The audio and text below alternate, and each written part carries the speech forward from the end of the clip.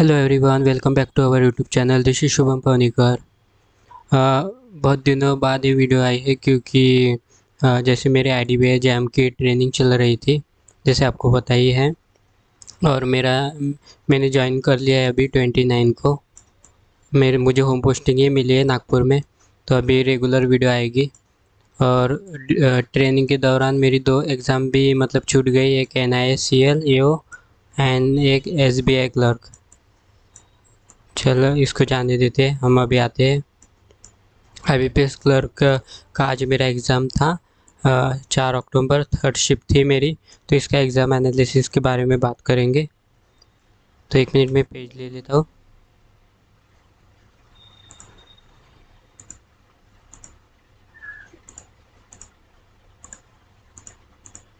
तो पहले मैं अटेम्प्ट बता देता हूँ अपने, कितने अटेम्प्ट हुए मेरे। मेरे जो अटेम्प्ट हुए हैं, 1 मिनट, हाँ, काउंट में हुए हैं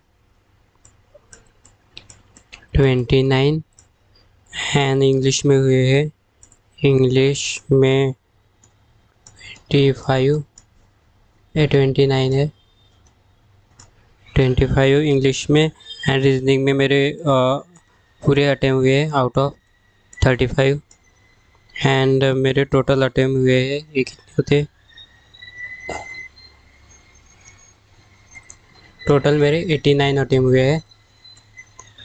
तो हम सेक्शनल वाइज देखते हैं कि क्या क्या आया था, फिर डिफ़िकल्टी लेवल और जो सेफ अटेम्प्ट है जो हम बात करेंगे।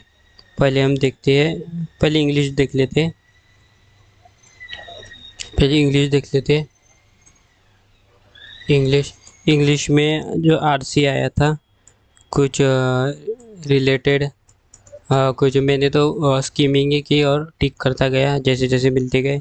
उसमें कुछ सिनोनिम्स आए थे, जैसे एक्सप्लॉइट, अनेबल, इजी इजी थे। और इसका अनेबल का कुछ ऑल आउट किया है मैंने टिक। तो उसके बाद चलते एरर स्पॉटिंग। एरर स्पॉटिंग में वो 5 जो होते वैसा आया था।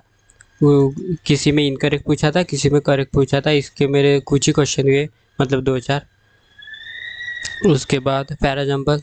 पैराजम्बल का मैं सीक्वेंस बता देता हूँ, अब एक बार क्रॉस चेक कर लेना। पैराजम्बल का मेरा जो सीक्वेंस है, DBEAFC,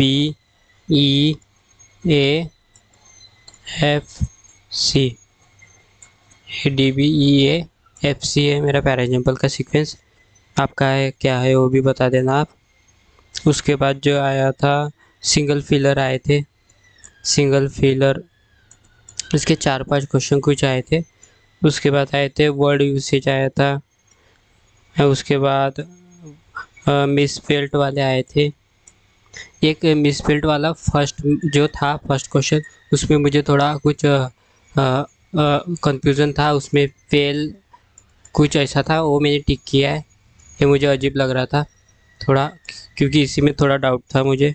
और मैच दो कॉलम तो इजी ही थे। ये था इंग्लिश का। हम काउंट की बात कर लेते।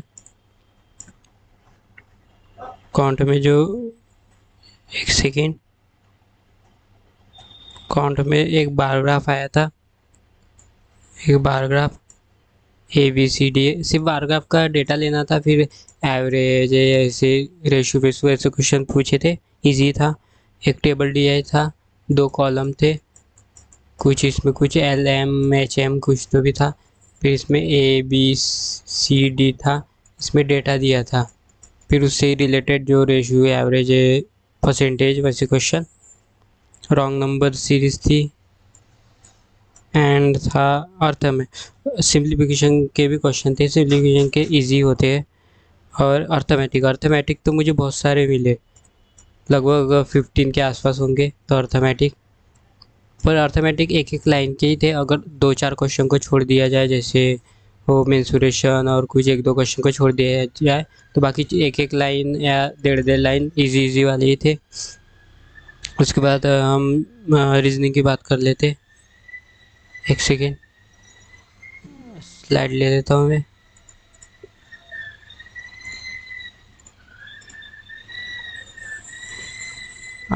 लास्ट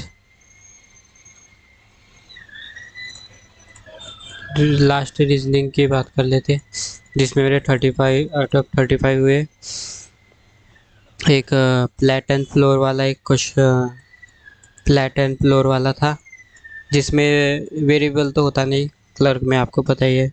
एक स्क्वायर था, स्क्वायर जैसे ये इनसाइड देख रहे थे मिडल वाले, और कॉर्नर वाले आउटसाइड।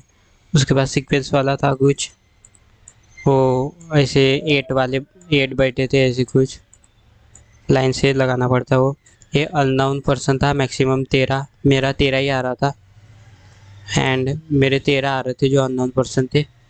उसके बाद इनइक्वालिटी, एक डायरेक्शन डिस्टेंस के कुछ क्वेश्चन थे, और अल्फ़ा न्यूमरिक के तो ज़्यादा ही थे, 4-5।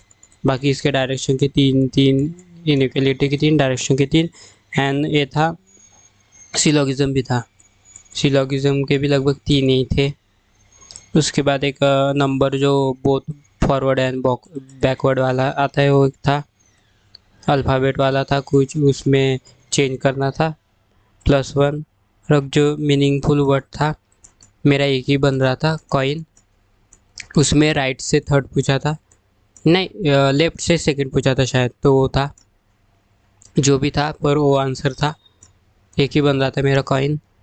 तो ये था हमारा रीजनिंग। तो ओवरऑल जो डिफ़िकल्टी लेवल की बात करें तो मतलब क्लर्क लेवल ही जो डिफ़िकल्टी होती है, इतना हार्ड नहीं था। तो जैसे पिछले साल था वैसे ही था, लगभग कुछ डिफरेंस नहीं लगा मुझे। उसके बाद गुड अटेम्प्ट की बात करें तो क्लर्क का कट ऑफ थोड़ा हाई जाता है।